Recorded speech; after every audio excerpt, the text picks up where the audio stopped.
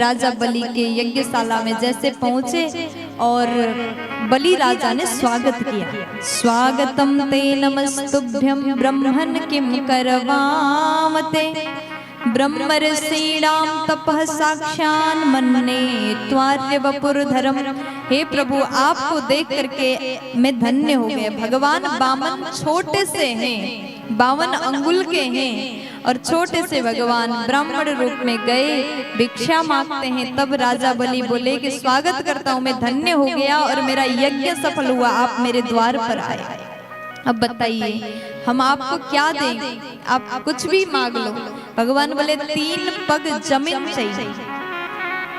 जैसे 3 पाँव जमीन मांगा, बलि राजा बोले क्या कह रहे हैं प्रभु, थोड़ा ज्यादा मांग लो, मेरा भी तो इज्जत का सम्मान का ध्यान रखिए। बाद में कोई क्या कहेगा। इतिहास में जब दानवीरों की चर्चा होगी तो राजा बलि ने बामन भगवान को दान दिया, 3 पग जमीन दिया। लोग क्या कहेंगे मुझे, इसलिए थोड़ा ज्यादा मांगे। भगवान बोले ठीक है, देना हो तो दे दो, नहीं तो मैं जा रहा। अब बामन भगवान ने जैसे आने के लिए कहा, तब बलि राजा बोले प्रभु आपकी जैसी इच्छा होगी वैसा ही होगा। भगवान बोले ठीक है, संकल्प करो। संकल्प करने लगे, शुक्राचार्य को पता चला ये नारायण है, फिर छलने आया। तो उसके बाद में शुक्राचार्य ने रोका, लेकिन आज बलि राजा कह रहे हैं एक बार मैंने वचन दिया, अब पीछे नहीं हटूंगा। राजा बलि को समझा रहे शुक्राचार्य जी, अभी भी टाइम है, मना कर दो, पीछे हट जाओ। शुक्राचार्य जी कहते हैं झूठ बोल दो, मैंने देने का बोला था लेकिन नहीं दे सकता, मना कर दो। राजा बलि मान नहीं रहे। शुक्राचार्य जी समझा रहे, स्त्रीसु नर्म विवाहे च वृत्यर्थे प्राण संकटे गो ब्राह्मणार्थे हिंसायं नानृतम स्यात् जुगुप्सितम। देखो बलि, मैं तुम्हें समझा रहा हूँ, इन परिस्थिति में झूठ बोलने से पाप नहीं लगता। अब राजा बलि को शुक्राचार्य जी कह रहे हैं स्त्रीसु यानी नारी से झूठ बोलने में कोई पाप नहीं है। इसका मतलब ये नहीं कि आप लोग अपनी पत्नी से झूठ बोलो। देखो जब पत्नी परेशान करे, कभी कभी नारियां जो होती है ना गलत जिद करते हैं। पति के पास में पैसा नहीं है और देवी जी को चाहिए 5000 की साड़ी, तो बताओ कहाँ से लाके दे। ऐसे परिस्थिति में बोल सकते हैं जब सैलरी आएगा तो आपके लिए 5 की क्या 10,000 की साड़ी ला देंगे। अब यहाँ वो भी खुश हो गई, आपका भी संकट टल गया। ऐसे स्थिति में झूठ बोलने में पाप नहीं है। स्त्रीसु नर्म, हंसी मजाक में झूठ बोलने से पाप नहीं लगता।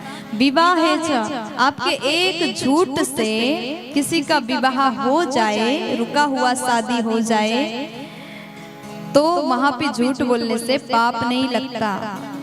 विवाह है, वृत्यर्थ व्यापार में आप बिजनेसमैन हैं, तो अगर वो कहें कि हम कभी जीवन में झूठ नहीं बोलेंगे तो बिजनेस बिल्कुल नहीं चलेगा।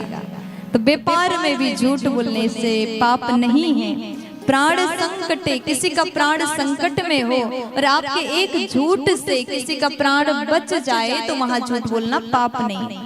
और फिर गो ब्राह्मणार्थ हिंसायाम, आपके झूठ बोलने से गाय और ब्राह्मण की रक्षा होती है, तो वहां भी झूठ बोलने में पाप नहीं है। लेकिन खूब शुक्राचार्य जी ने अपने शुक्र नीति समझाया, लेकिन राजा बलि को असर नहीं हुआ। बोल रहे हैं मैं अवश्य ही दान दूंगा। रोकना चाहा, जल के जो छिद्र था, जल पात्र के छिद्र, वहां प्रवेश कर दिए, जल निकल नहीं रहा। भगवान ने गुस्सा मारा, शुक्राचार्य जी के आंख फूट गया, वहां से भाग गए, अब मैं बीच में नहीं आ सकता। कभी कभी जो 2 जन बैठ करके बात कर रहे हो, वहां तीसरे बनने के लिए जो जाते हैं ना, उसका नुकसान अवश्य ही होता है।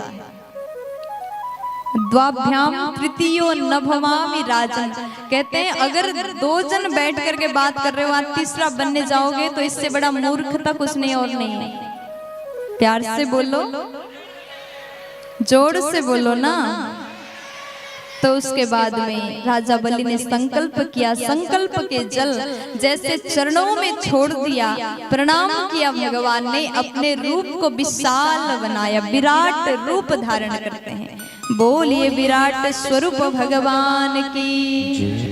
अब तो भगवान ने अपने शरीर विशाल बनाया, एक पग से पूरे पृथ्वी को नाप दिया, दूसरे चरण से पूरे ब्रह्मांड को नापा। भगवान के अंगूठे से ब्रह्मांड फट गया और गंगा जी प्रकट हो गई। बोलिए गंगा मैया की। चरणों से निकली गंगा प्यारी, जिसने सारी दुनिया तारी। भगवान के चरणों से निकली। अब ब्रह्मा जी महाराज ने जल्दी से कमंडलों में भर लिया गंगा जी। अब उसके बाद भगवान बोले राजन बताओ तीसरा चरण कहाँ रखूं। भगवान को 3 पग जमीन इसलिए चाहिए था, 1-2 पग में स्वयं बैठ करके भजन करना और 1 पग जमीन में अपना कमंडलू रखना था। तो यहाँ बलि राजा बोले प्रभु ये बताइए धन बड़ा होता है कि धन के मालिक बड़ा होता है। भगवान बोले धन के मालिक बड़ा होता है।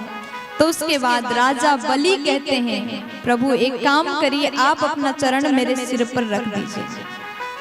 तो भगवान ने अपने चरण बलि राजा के सिर पर रखा और उसके बाद में भगवान ने बलि राजा को कहा कि आप इंद्र को स्वर्ग दे देते हैं, ये स्वर्ग के राजा इंद्र बनेंगे, आप अभी पाताल में जाकर के राज्य करो। बलि बोले आप मेरे द्वारपाल बन के चलो। भगवान बोले ठीक है। द्वारपाल बन के भगवान चले गए। राजा बलि के द्वार पर भगवान खड़े हो जाते हैं। भक्ति के कारण, प्रेम के कारण बलि ने भी भगवान को बस में कर लिया।